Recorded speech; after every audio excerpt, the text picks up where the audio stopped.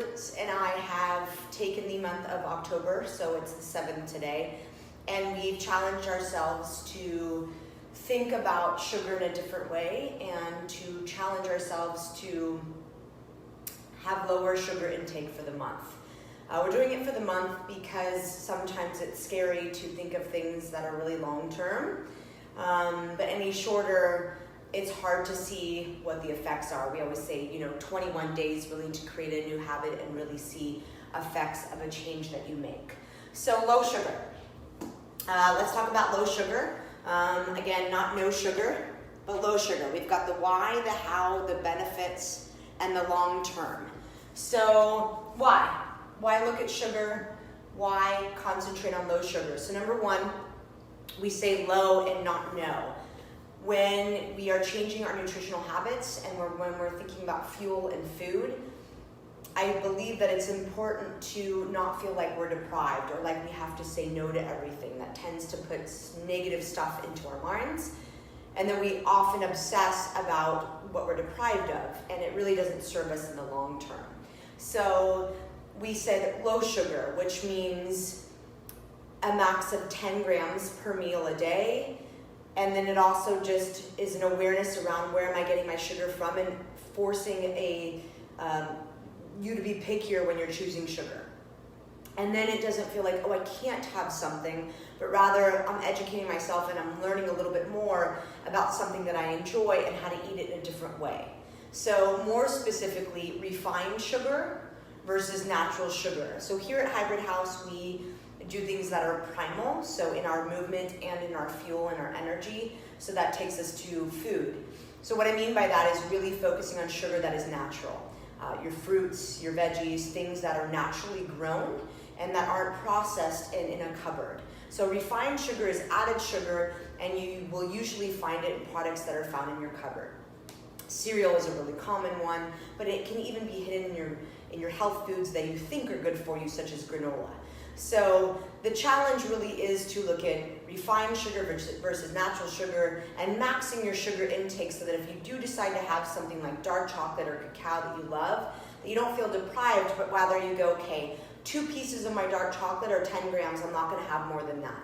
So it's just implementing these new habits and creating new ways of looking at food with a more primal eye. Okay, now we have the how.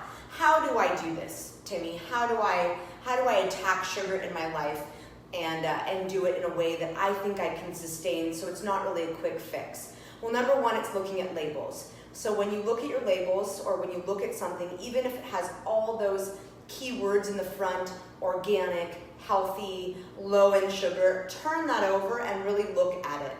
What's the serving size? Is the serving size of what you're looking at 1/4 of a cup, and realistically that's not enough food for you, and in 1/4 of a cup is 5 grams of sugar? Well, you're probably going to need a cup of that. So that takes it to 10, right? So look at the serving size, look at the sugar. Those are things that you should be looking for in your food labels. Plus, if you're looking at labels, again, really try to stick to your natural foods, which don't have labels typically, right? I mean, we can look it up. We can ask Alexa how much sugar is in a banana, how much sugar is in blueberries. But really, I think if you're sticking to your fruits for sugar, you're going to be okay, and you're going to feel really good. We're also performance-based over here at Hybrid House, so we really look at what's going to make you feel good and perform your best, and we believe the transformation will follow. Okay, the benefits. Low sugar benefits. Oh my gosh. Okay, there's so much to this, but number one, better and more energy. Okay, there are a ton of health benefits that are argued to be related to refined sugar or cutting out refined sugar and really sticking to not having that in your everyday nutrition and in your diet plan and in the way you eat. There's documentaries you can find, there's articles you can find, but it's really, really argued that taking refined sugar out of your life not only will you lose weight, perform better, feel better, but you can also do some things to your health that might be a benefit. Maybe less headaches than you're used to, maybe some stomach stuff that you're used to having goes away. It's argued that arthritis feels differently when you cut out refined sugar. So I can't really speak to it from a scientific perspective, but I challenge you to look at the information out there that really speaks to refined sugar and how awful it is for us. So a ton of benefits, well worth your while to try this challenge. And it's so easy in terms of there's nothing I have to give you or nothing you have to buy. This is really just something you're implementing into your daily life. The long term, we are huge here at not giving you a menu plan or something that's a quick fix, but rather how can we teach you and educate you in terms of movement, proper movement, and nutrition so that you can keep it for the long term in your life. Otherwise, what's the point? You're going to yo-yo, you're going to be emotionally drained because you're going to feel good, then not feel good. So how do we do that? Well, number one, we didn't tell you to cut out sugar. We told you to start to look at refined versus natural and keep it low, maxing it at 10 grams a serving, okay? That's a lot more doable than saying, I can't ever have this again in my life.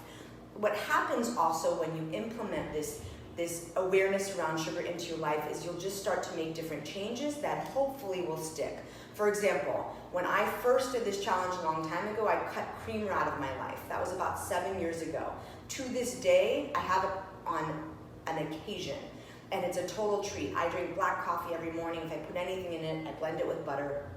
I use heavy cream, things that are really good for you, right, that aren't loaded with sugar. And if you don't know that your creamer has a lot of sugar, I challenge you to, after this video, grab it and take a look at how much sugar is in that creamer. Okay, some other things are you just might go to eating more whole foods because you're not going to be going into your cabinet now, because you're going to notice that when you're in that cabinet, a lot of your foods have refined sugar, right? So it just makes you choose differently, and hopefully those things will stick. Also, a big part of that is how good it will make you feel. The first week, you can always assume that it will be a little bit challenging and that you'll have some struggles or maybe some negative effects that are a little bit of a detox, but by your 3rd week or 21 days in, you should really notice the long-term effects of really changing the sugar that's in your daily intake. So, Sugar Awareness Month for October. I hope a lot of you join in. If not, I hope you got some information from this video that can help you. All right.